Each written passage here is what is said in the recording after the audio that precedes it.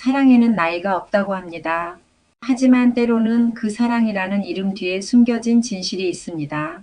이번 이야기는 실화를 바탕으로 한 72세 김철수 씨의 이야기입니다.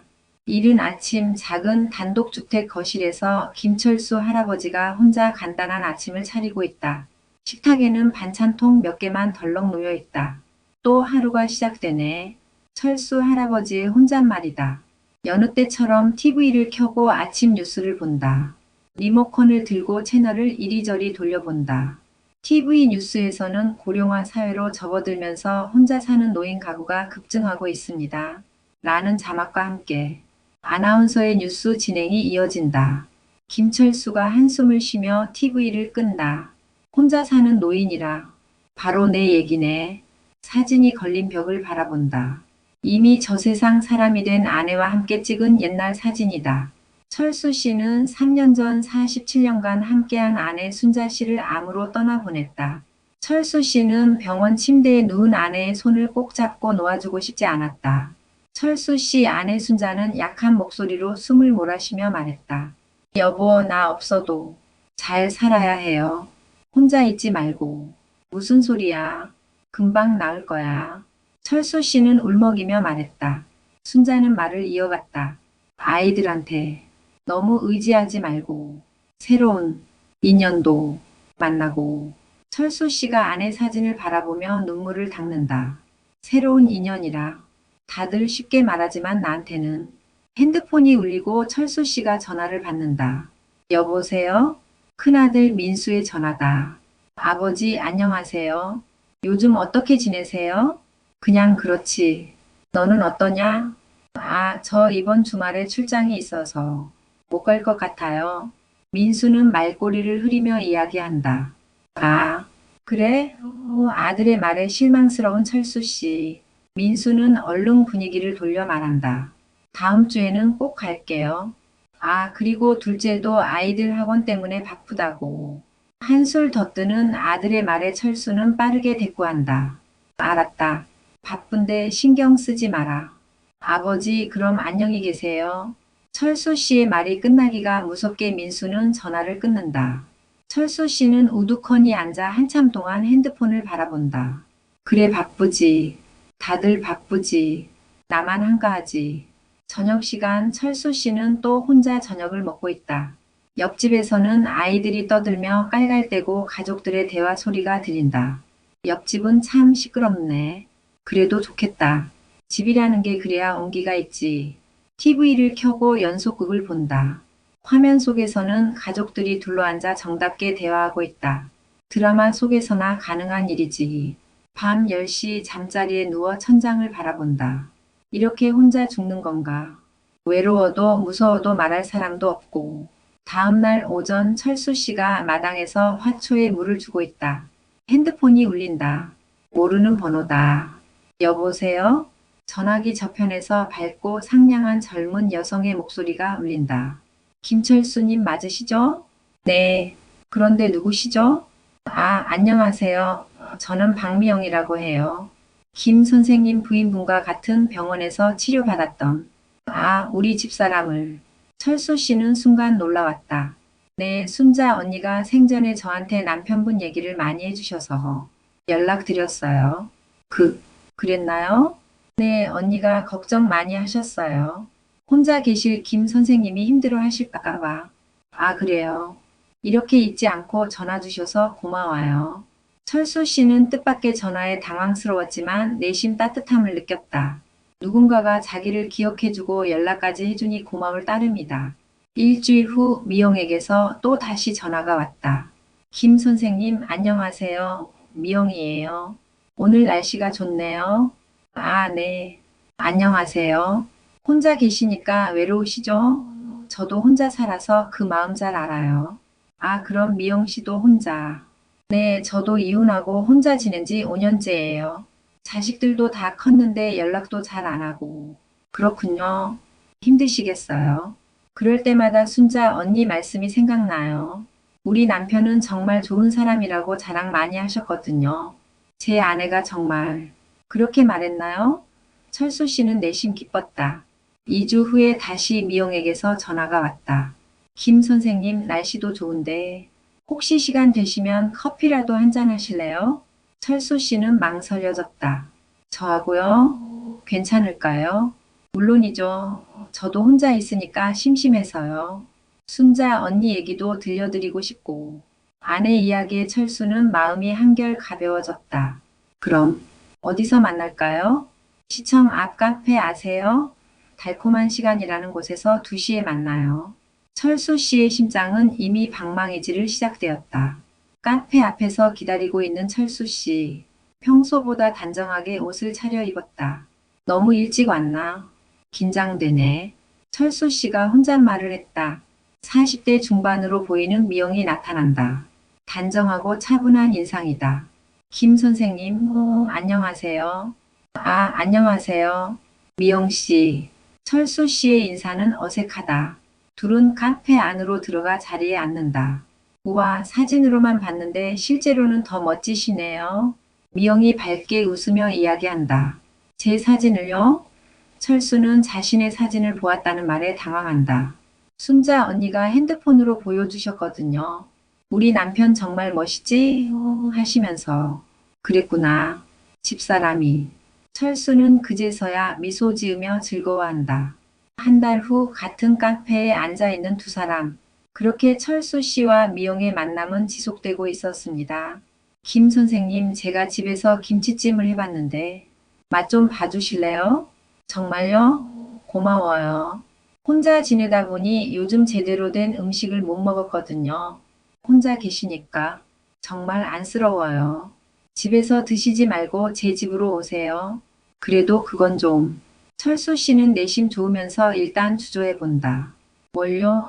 순자 언니도 하늘에서 기뻐하실 거예요. 깔끔하게 정돈된 아파트.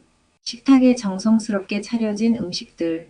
철수 씨는 벌써 미영의 집에 초대받았다. 어떠세요? 입에 맞으세요? 정말 오랜만에 이렇게 맛있는 음식을. 고마워요. 철수는 진심으로 감동하고 있었다. 제가 해드릴 수 있는 게 이것밖에 없어서. 앞으로도 자주 오세요. 그래도 매번 이럴 순 없죠. 철수 씨는 여전히 신중하다. 선생님, 저도 혼자 살아서 외로워요. 이렇게 함께 식사하니까 좋아요. 철수 씨의 신중한 태도에 미영이 더욱 적극적으로 응수한다. 식사 후 거실에서 차를 마시며 미영이 다시 이야기한다. 선생님은 정말 좋은 분이시네요. 이런 분과 함께 했던 순자 언니가 부러울 따름이네요. 제가 뭐 평범한 사람인데요. 철수 씨는 미영의 말이 싫지 않다. 아니에요. 요즘 같은 세상에 선생님 같은 분이 어디 있어요? 이제 둘은 공원을 함께 산책하고 있다. 선생님, 혹시 밤에 잠은 잘 오세요? 미영이 갑자기 생각난 듯 묻는다. 뭘요? 요즘 잠이 잘 안 와서. 새벽까지 뒤척거리곤 해요. 역시, 혼자 계시니까 그럴 거예요. 저도 그래요. 미영이 얼른 거든다. 벤치에 앉으며 미영이 재빠르게 이야기한다. 선생님, 우리 이렇게 서로 의지하며 살면 안 될까요? 의지한다는 게. 철수 씨는 갑작스러운 미영의 말이 적잖이 당황스럽다. 혼자 사는 게 힘드니까 서로 챙겨주면서. 미영의 표정이 간절해진다. 미영의 집에서 저녁 식사까지 마친 철수 씨. 선생님, 제가 너무 나서는 건 아닌지 모르겠어요. 아니에요. 오히려 고마워요. 이렇게 챙겨주시는 분이 있다는 게. 그럼 혹시 생각해 보실래요? 다시 가정을 꾸리는 것. 재혼을요? 네. 혼자 사는 게 이렇게 힘든데 서로 의지할 사람이 있으면 좋잖아요. 하지만 저는 나이도 많고 나이가 뭐가 중요해요. 마음이 중요하죠. 늦은 밤 철수 씨는 거실에 앉아 혼잣말을 반복한다. 재혼이라 정말 가능할까? 아내 사진을 바라본다. 여보, 당신이 그랬잖아. 새로운 인연도 만나라고. 이게 당신이 보내준 인연인가? 다음날 아침 철수 씨는 미영에게 전화한다. 미영 씨, 어제 말씀하신 그 얘기 진지하게 생각해 봤어요. 정말요? 미영이 소리를 높였다. 네, 저도 혼자 사는 게 힘들어서 함께 하실 의향이 있으시면 철수 씨는 수줍게 말을 건넨다. 선생님, 정말 고마워요. 제가 잘할게요. 미영은 뛸 듯이 기뻐한다. 일주일 후 철수 씨의 집, 큰아들 민수가 찾아왔다. 아버지 급하게 부르시더니 무슨 일이세요? 민수야. 애비가 할 말이 있어서. 철수 씨의 말에는 긴장감이 역력하다. 네, 말씀하세요. 애비가 재혼을 생각하고 있다. 네, 재혼요? 너무가 갑작스러운 말에 민수는 충격을 받았다. 그래 3년간 혼자 살아보니까 너무 외롭고 힘들어서. 아버지, 그래도 너무 갑작스러워요. 이런 말씀은 좋은 사람을 만났어. 박미영이라고. 어머니 병원에서 알게 된 사람인데 아버지 너무 성급한 것 아니에요? 민수는 도저히 믿기지 않는다는 표정으로 말한다. 길게 만난 본 건 아니지만 참 좋은 사람이야. 철수 씨 집 거실에 큰아들 민수와 작은아들 정수, 딸 영희가 모였다. 아버지 저희끼리 얘기해봤는데 민수가 먼저 입을 열었다. 뭘? 철수 씨가 되묻는다. 아버지 연세를 생각하면 재혼은 좀. 이번엔 작은아들 정수가 거든다. 아빠 그 여자분에 대해 아는 게 너무 없잖아요. 영희도 한몫 거든다. 내가 이미 알 건 다 안다. 그 여자 좋은 사람이야. 이번엔 철수 씨도 뒤로 물러서지 않을 기세다. 최소한 신원 확인이라도 해봐야 하는 거 아니에요? 민수가 다시 설득한다. 신원 확인? 그게 뭔 말이야? 의심하지 마라. 철수 씨는 급기야 화를 내며 자식들을 쏘아보았다. 아빠, 저희는 걱정이 되어서 그래요. 영희가 간절한 눈빛으로 다시 말한다. 걱정은 무슨, 평소에 안부 인사도 제대로 안 하던 것들이. 철수는 그동안 무심했던 자식들에게 서운함을 드러냈다. 아버지, 정수는 말끝을 흐렸다. 됐어. 내일은 내가 알아서 할 테니까 신경 쓰지 마라. 철수 씨는 단호했다. 미영과 웨딩 촬영장에 온 김철수. 미영은 조심스럽게 이야기한다. 선생님, 자식분들이 반대하시는 것 같은데 괜찮으세요? 괜찮아요. 결국엔 이해해 줄 거예요. 죄송해요. 제 때문에 가족들과. 아니에요. 제 선택이에요. 앞으로 잘 부탁해요. 네, 선생님을 행복하게 해드리게요. 웨딩 촬영을 하는 모습. 김철수는 어색하지만 기뻐 보인다. 결혼식 한 달 후 철수 씨의 집. 결혼식은 단촐하게 치러졌다. 예상대로 자녀들은 참석하지 않았다. 미영은 철수 씨 집에 들어와 함께 살고 있다. 여보, 아침 드세요. 변함없이 다정한 미영. 고마워요. 이렇게 챙겨주니까 좋네요. 철수 씨는 행복하다. 당연하죠. 앞으로 계속 잘 챙겨드릴게요. 저녁에 함께 TV를 보며 철수 씨는 감동하며 이야기한다. 정말 혼자 살 때와는 다르네요. 따뜻해요. 저도요. 여보가 계시니까 안전하고. 미영은 과장된 애교까지 보인다. 그리고 결혼 2개월 후. 여보, 제 친구들이 신혼여행 간 얘기를 하더라고요. 미영이 갑자기 생각난 듯 말한다. 아, 우리는 나이도 있고. 철수 씨는 겸연쩍게 대답한다. 나이가 뭐가 중요해요. 제주도라도 다녀오면 좋겠어요. 미영이 조른다.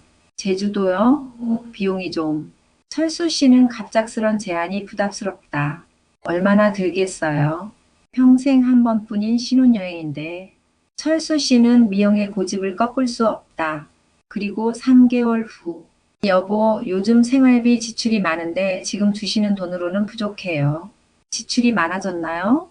네, 친구들이랑 만날 때도 있고, 화장품이랑 이것저것 사야 하고, 얼마나 더 필요해요? 한 달에 100만 원 정도 더 주시면 좋겠어요. 100만 원이요? 철수 씨는 너무 당황스럽다.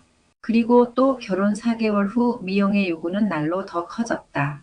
여보, 제가 차를 한 대 사야 될 것 같아요? 차가 있는데 왜 또? 제 차가 없으니 친구들 만날 때도 불편하고, 장 보러 갈 때도 그렇고. 그럼 중고차로 하나 볼까요? 중고차는 고장도 많이 나고, 신차로 해요.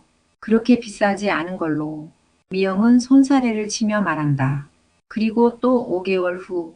여보, 우리 이 집 좀 고치면 어떨까요? 미영의 요구가 또 들어온다. 뭘 고쳐요? 철수 씨는 점점 기가 찬다. 너무 낡았잖아요. 도배도 하고 싱크대도 바꾸고. 난 아무 불편함 못 느끼는데 돈도 많이 들 테고. 제가 친구 통해서 저렴하게 할 수 있어요. 3천만 원 정도면 될 것 같아요. 미영은 이번에도 고집을 꺾지 않는다. 3천만 원이요? 철수는 정말 당황스러울 뿐이다. 그리고 6개월 후 미영은 차갑게 철수에게 쏘아붙인다. 여보, 말만 하고 약속을 안 지키시면 어떡해요? 뭘요? 철수 씨도 이번엔 정말 심기가 불편하다. 차 사는 것도 집 고치는 것도 항상 제가 먼저 말해야 되고. 아니, 그런 거는 굳이 하지 않아도 될 것 같았기에. 그럼 저는 계속 이렇게 살 수는 없지요? 친구들 앞에서도 창피하고. 미영 씨. 아니, 미영아. 철수 씨는 말을 더듬기까지 한다. 미영 씨는 또 뭐예요? 남편이 아내를 미영 씨라고 불러요? 미영이 철수 씨를 향해 눈을 흘기기까지 한다. 죄송해요. 아직 익숙하지가 않아서. 철수 씨는 기가 죽는다. 정말 답답해요. 미영은 팔짱을 끼고 돌아 앉아 화를 누르고 있다. 그리고 이제는 결혼 8개월째. 여보, 우리 진지하게 얘기해봐요. 미영은 다시 철수 씨의 목을 조른다. 무슨 얘기요? 철수 씨는 이제 미영이 이야기하자 하면 경기가 날 지경이 되었다. 이 집 말이에요. 제 명의로 바꾸면 어떨까요? 집을요? 오, 갑자기 왜? 철수 씨는 하늘이 노래졌다. 갑자기가 아니라 당연한 거 아니에요? 저도 이제 이 집 주인인데. 미영은 오히려 철수가 한심스럽다는 표정으로 몰아붙인다. 어느 날 저녁. 여보, 이 서류에 도장만 찍어주세요. 뭐 하는 서류예요? 아, 그냥 은행 업무 처리하는 거예요. 복잡한 거 아니에요. 그래도 읽어봐야. 뭘 그렇게 의심해요. 부부인데. 김철수가 서류를 보려고 하자. 시간 없어요. 빨리 찍어주세요. 그래도 정말 답답해. 그럼 됐어요. 미영이 짜증내며 소리를 지른다. 철수 씨가 혼자 집에 있을 때 미영의 핸드폰이 울리자 철수 씨가 받는다. 미영아, 언제까지 기다려야 하는 거야? 약속한 돈은? 저편에서 들리는 남자 목소리에 철수 씨는 깜짝 놀랜다. 여보세요? 미영이는 지금 철수 씨의 목소리를 확인한 상대방은 급히 전화를 끊는다. 저녁에 미영이 돌아와서 철수가 묻는다. 미영아, 낮에 남자분이 전화 왔던데 돈 얘기를 하더라고. 미영은 당황하며 아, 그거요? 친구가 잠깐 돈을 빌려달라고. 그런 거였어요? 네, 별거 아니에요. 걱정 마세요. 그리고 며칠 후 철수 씨가 은행에 갔다. 김철수님, 최근에 대출 신청하신 것 있으시죠? 은행원이 친절하게 묻는다. 대출요? 저는 신청한 적 없는데요. 철수는 갑자기 하늘에 노래진다. 여기 서류에 도장이 찍혀 있는데요. 5천만 원 대출. 은행원이 관련 서류를 내보이며 말한다. 5천만 원이요? 제가 언제? 철수 씨는 갑자기 다리가 후들거린다. 철수 씨는 집에 돌아와서 떨리는 소리로 미영에게 묻는다. 미영아, 은행에서 이상한 얘기를 하던데. 무슨 얘기요? 미영은 태연하기만 하다. 5천만 원 대출을 내가 신청했다고. 내가 한 기억이 없는데. 아, 그거요? 제가 급한 일이 있어서. 그제서야 미영이 급수습한다. 급한 일이요? 사업 기회가 있어서. 여보한테 말씀드리려고 했는데 시간이 없어서. 사업이요? 무슨 사업을? 왜 이렇게 캐묻기만 해요? 부부인데 뭘 그렇게. 미영이 갑자기 짜증을 낸다. 그리고 며칠 후 철수 씨는 미영이 외출한 사이 집을 정리하다가 미영의 가방에서 서류들을 발견한다. 이게 뭐지? 서류를 살펴보는데 여러 은행의 대출 서류들과 다른 남성들과의 사진들이 나온다. 게다가 이런저런 서류들을 조합한 결과 이혼 기록이 3번이나 확인되었다. 이게 뭐야? 철수 씨는 큰 충격에 휩싸인다. 저녁에 미영이 돌아온다. 미영아, 앉아봐. 할 얘기가 있어. 무슨 얘기요? 당신, 진짜 이름이 뭐야? 무슨 말씀이에요? 이 서류들 다 모여야 이혼을 3번 했다고. 다른 남자들 사진은 먹고. 그걸 어떻게 봤어요? 미영이 태도가 급변하며 묻는다. 그럼 진짜였어? 당신이 사기꾼이었던 거야? 사기꾼은 무슨, 저도 살아야죠. 순자도 몰랐어? 병원에서 만났다는 것도 거짓말이었어? 그런 게 중요해요. 어차피 할아버지도 외로웠잖아요. 그제서야 미영은 본색을 드러낸다. 당신, 정말, 이제 와서 뭐 어쩔 건데요? 이미 결혼했는데. 미영이 완전히 본색을 드러낸다. 할아버지, 현실을 받아들이세요. 저 같은 젊은 여자가 할아버지를 진짜 사랑할 거라고 생각했어요? 그럼 지금까지는 다. 철수 씨는 울먹인다. 연기죠, 연기. 솔직히 말하면 역겨웠어요. 하지만 돈을 위해서 참았죠. 미영아, 제발. 철수 씨는 이 현실을 도저히 믿을 수가 없어 미영을 붙들려 한다. 제발은 무슨, 이제 집도 제 명의로 바꿔야 하고 대출금도 받아야 하고 집을 뺏어가려고 뺏는 게 아니라 제가 받을 몫을 받는 거예요. 합법적으로 결혼했으니까 내가 내가 뭘 잘못했다고. 잘못한 게 아니라 바보였죠. 이런 일이 처음이에요. 미영이 나가버린 후 혼자 남은 김철수. 내가 이렇게 바보였나? 진짜 바보처럼 혼잣말을 반복한다. 아내 사진을 바라보며 여보, 미안해. 당신 말을 제대로 못 알아들었어. 이런 게 아니었는데 핸드폰으로 큰아들에게 전화를 걸려다가 멈춘다. 뭐라고 말하지? 너희들이 맞았다고? 아버지가 바보였다고? 철수 씨는 밤늦게 혼자 앉아서 울고 있다. 철수 씨는 변호사 사무실에 앉아 있다. 김 선생님, 상황이 좋지 않습니다. 변호사가 이야기한다. 어떻게 좋지 않다는 거죠? 일단 합법적인 결혼이니까. 재산 분할 청구권이 있고 대출 보증도 유효합니다. 그럼 제가 속아도 어쩔 수 없다는 얘기인가요? 사기 입증이 쉽지 않아요. 결혼 당시 속임수를 쓴 증거가 명확해야 하는데, 증거요? 예를 들어 처음부터 사기 목적이었다는 걸 증명할 수 있는 녹음이나 문서 같은 것들, 그런 건 없어요. 그러면 일단 이혼 소송을 진행하되 재산 분할을 최소화하는 방향으로. 철수 씨는 결국 큰아들 민수에게 전화를 한다. 민수야, 아버지, 무슨 일이세요? 아들아, 애비가 바보였다. 철수가 울먹이며 절규한다. 아버지, 무슨 일이 있으셨어요? 미영이가, 너희들 말이 맞았어. 사기꾼이었어. 네, 아버지 지금 어디 계세요? 민수가 황급히 묻는다. 30분 후 철수 씨의 집에 온 자녀들. 아빠 얼마나 당하셨어요? 영희가 묻는다. 집도 뺏길지도 모르겠어. 철수 씨는 이제 제정신이 아니다. 아버지, 왜 그때 저희 말을 안 들으셨어요? 둘째 정수가 아버지를 원망하듯 말한다. 이제 와서 그런 말 하지 마. 아버지도 힘드실 텐데. 역시 큰 아들 민수의 품은 다르다. 미안하다. 너희들한테. 정말 미안해. 철수는 이 말만 되풀이한다. 김 선생님, 일단 신고는 접수했지만 입증이 쉽지 않을 것 같습니다. 경찰관이 말한다.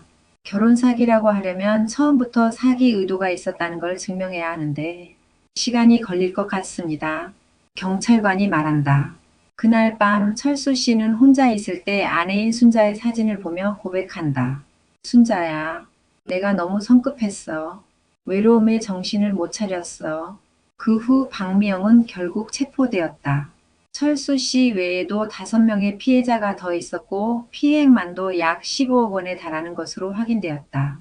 이처럼 성급한 재혼은 마치 예기치 못한 덕과도 같다.